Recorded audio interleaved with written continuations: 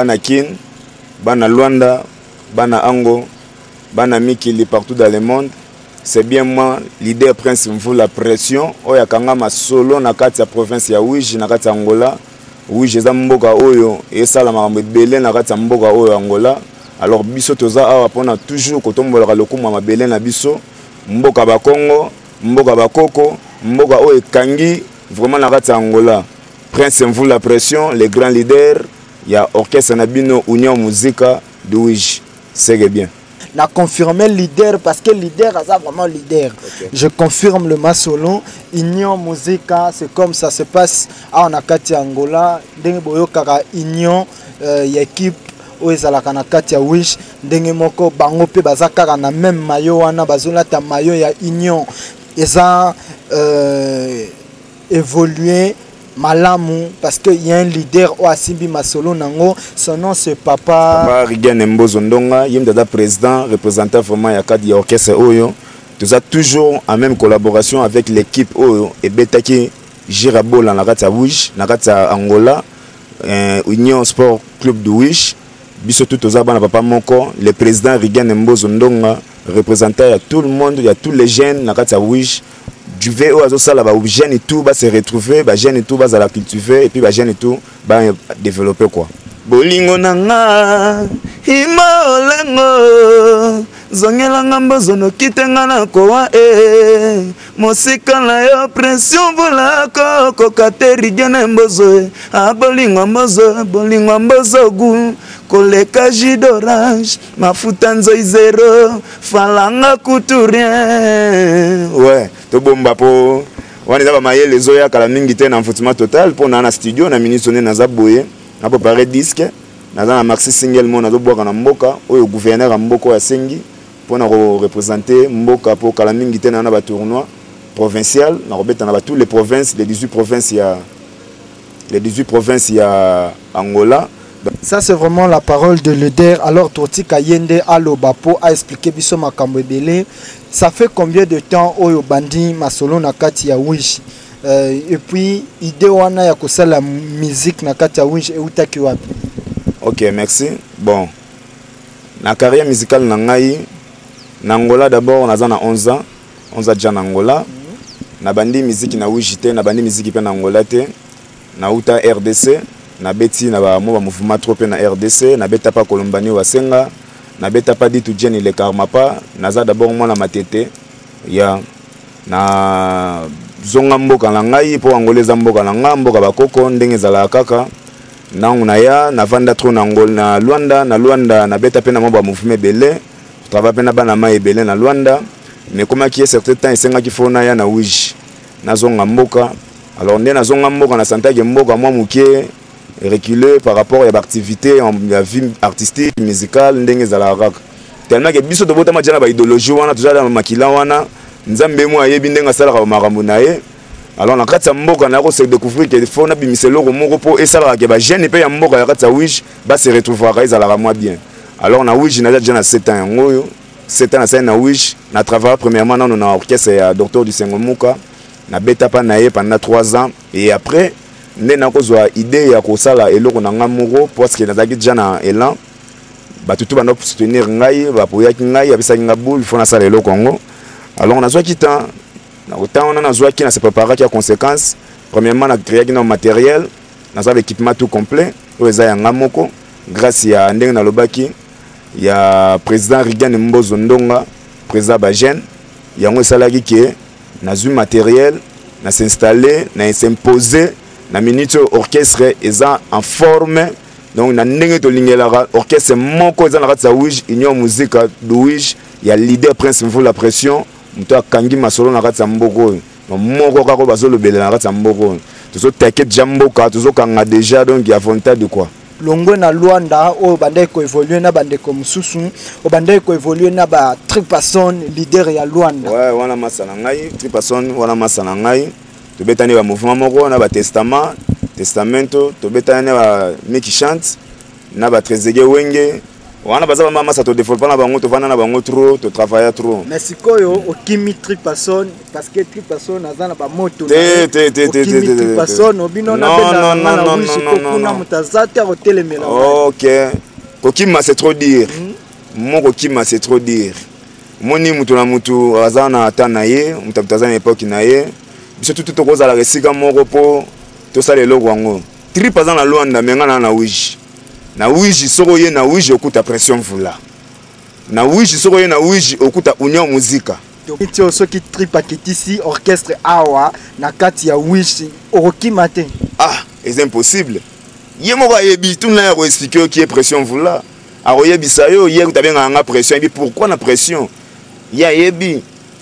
tina zala ba makambe belé salama ye moko yebi na travailler trop na ye ayebi tripa aza leader ya Luanda. C'est normal pour epesa melaki mais leader à Luanda ngo ya wapi leader à Luanda pour Luanda ya munene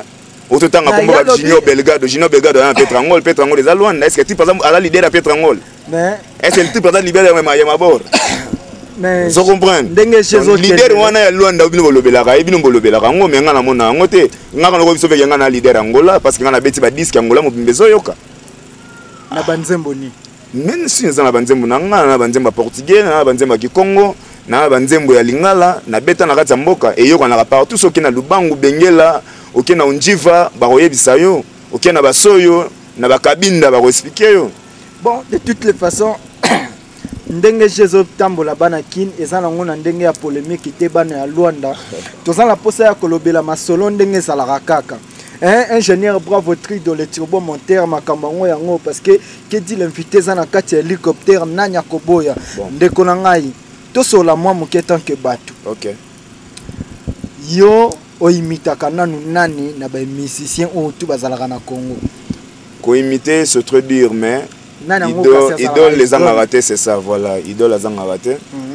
bon nga vraiment nga zangolais na se bazara mingi na musique angolais na betaka mingi na musique internationale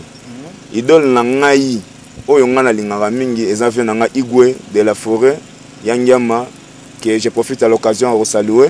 vieyo yebi place otoza via yebi ango preuve ane via yana bamboko oyo akutana les seuls leaders presque mvu la pression ve après atanga eta que musicien oya kuti na kati Angola ba image ezali na ebike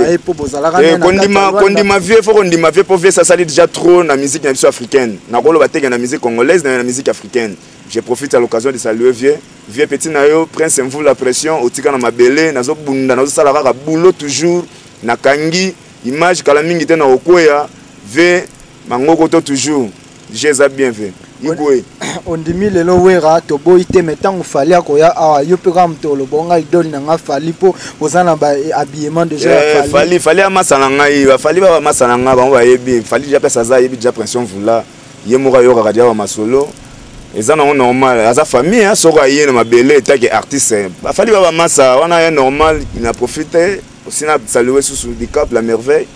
C'est normal. Mais eza mboka na ngai, mboka o eza ngai. Non, qui te dit ça? Ye mutaya na style ya ba mazopo, style ya boy. Bon RK to lobani. Hein? Ba neo to lobani. Fali mtalatsa neo. Ba 50 cent. Hein? Mtalatsa bango za fali. O za rabima et puis to betité pour za nonga ndenga relachante. Tozola taka Angola mangamba bilambe banda jakala. Mais est-ce que zo bon ya te ozomona te ko tomber na le camouflage brigasa zolo balikambo bongai oza trop bongai trop boyo donc expliquer biso na pona nini leader ozala ozomilinga makasi bon par rapport à boulot par rapport à confiance et puis par rapport ya eloko nazana on a kati on nazana ngosir na ebike so na bimisi yango batu basepelaka toujours ki bongai ezalaka ka chose asir ndefe na mopara lobara koyeba musale sala galengi moko boy près de la mer sacrée sikaki anga mutima na pasi mbozo yoke et pourtant ebisaki ngate moto akite moninga te tala lelo ekomi okende otikanga moko na pasi ngana we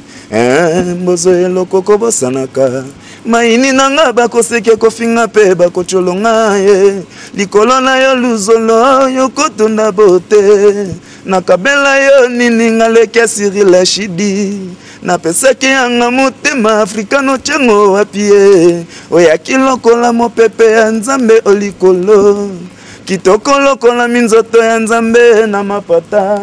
yokobimaka se na butu po yopesa bote na moi lokola akansiala po yosire la terre rigene mbozoe mwana ya mama lengula bolingo ya xila fonce mbozo ndonga wa waniza ba mayele journaliste roboya mamoto lobby c'est réellement mon ataza mater pour journaliste professionnel azaka moko na émission moko na chaîne bien ya solo bateta na mondi mobimba eza RTVS hélicoptère c'est bien makasi eyokani tina kati Junior Belgado Muchiki barandenge zaona oyoki makambo oyo prince alobi donc yondengo sana zo bangisa ete nazotanga bakombo Junior Belgado Muchiki bara oyoki yomoko leader ya Wish alobi ke yozo bangisa ete ata bafuteli bino biye boya Wish yozo beta kolia yo tripasoni leader a Luanda ato sali ndenge nino mi bengi leader leader ya Palanka folo barabi leader ya Palanka ya Luanda te oyoki alobi oza leader ya Palanka ezala ngo polémique te mais ye alobi ke ndeko na ngai alobi ke akolia bino nyonso tout ve papi artiste solo balobi ba clip ezole kamikolo na TVS 1 c'est bon 7 nazo sepela la musala ozosala manager leader na bango na pesio pembo te koto sali J3 na kati ya Petroni na ngolo continuer musala malamu mais de konangai prince alobi ke akolia bino nyonso tout alors je lance un message pour na ba prêtre nyonso tout botiela ba orchestre ngamoko bobenga ngai ngande mna reponela bino ba orchestre to tout sanda bango na nuto bananu masoloni nango europesa po masolongo pe moloba maloba mamwa tron hélicoptère za likolo il faut ba musique na biso angolé bima et que ne vraiment la carte hélicoptère mutarosa la musala ngoka ngai donc mutu mususu azate quoi alors il y a un mot de la fête au Kabwanana et puis sabatu que prochainement tozo orchestre mobimba na kata Wish ouais mot de la fin ndega tolobara naro préféré na loba na portugais parce que moi je suis angolais il faut na défendre quand même langue mboka na ngai et ça va bien ya altuma palavra vou agradecer primeiro muito a equipe técnica da essa programa e nós estamos aqui em Angola na província do Ueji estamos a tentar fazer sobressair a juventude da província do Ueji isso é a hora para nós fazer isso para todo mundo pelo menos sair nessa vida e daqui a nada vou lançar o meu disco em título de Envoûtement Total, em português é Envoûtamento Total. Daqui a nada a gente vai mover, vou fazer tudo para fazer para meter todo mundo alegre e isso tudo vai ser na parte do nosso presidente Rigene Mbozo Ndonga. Muito obrigado em tudo, mas je profite aussi à l'occasion de saluer quand même prêtre au Nazara na bango et ça la bien talaka aux écrans pour tu as bateau bana mambo ba soutenir le mouvement pour mouvement tieza ezana batu nango ba soutenir ngo na profiter premièrement na saluer grand frère propre nanga on alingara mingi Cyril Shidi Mvula na kati ya l'île tonton mignon vie bambote belé grande sœur na ngai na Mvula na profiter sous na saluer masalanga Yula Balls hein pied de Jésus na kati ya Wiji muto akangi masolo vraiment na kati ya santé c'est que bien na profiter sous na saluer ko marambimba mokonza ba courager docteur Donsia professeur qui alanda et ça la bien bana Wiji tout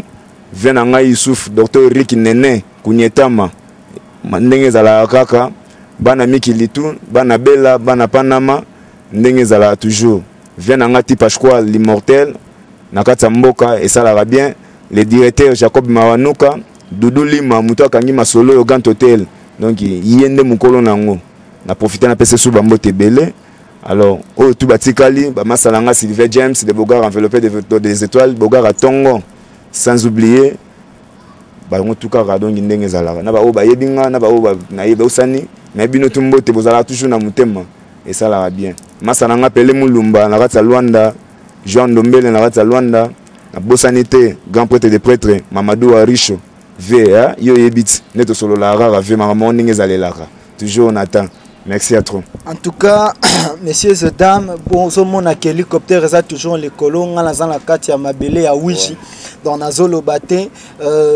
Balobi Misalande, les Kaibele pour Malobatro, et ça peu moins faux. Emmanuel Nondi, Bayambingai, on peut dire, bon, mon Bilili, donc rien à dire. Tomatis a toujours hélicoptère, ingénieur bravo, dans le turbomonteur. Merci à mon pote. Regen Saya depuis Luanda, dans la Rofort, et tous on a une séquence hélicoptère, dégâts.